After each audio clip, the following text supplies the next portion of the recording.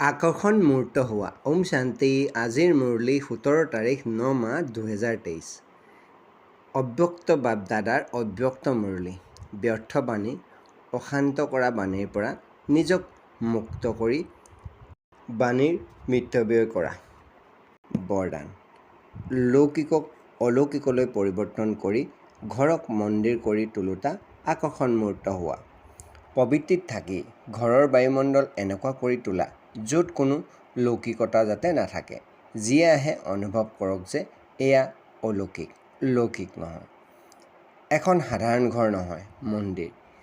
এয়া হ'ল পবিত্ৰ প্ৰবৃত্তিত থকাসকলৰ সেৱাৰ প্ৰত্যক্ষ স্বৰূপ। স্থানেও সেৱা কৰক, বায়ুমণ্ডলেও সেৱা কৰক।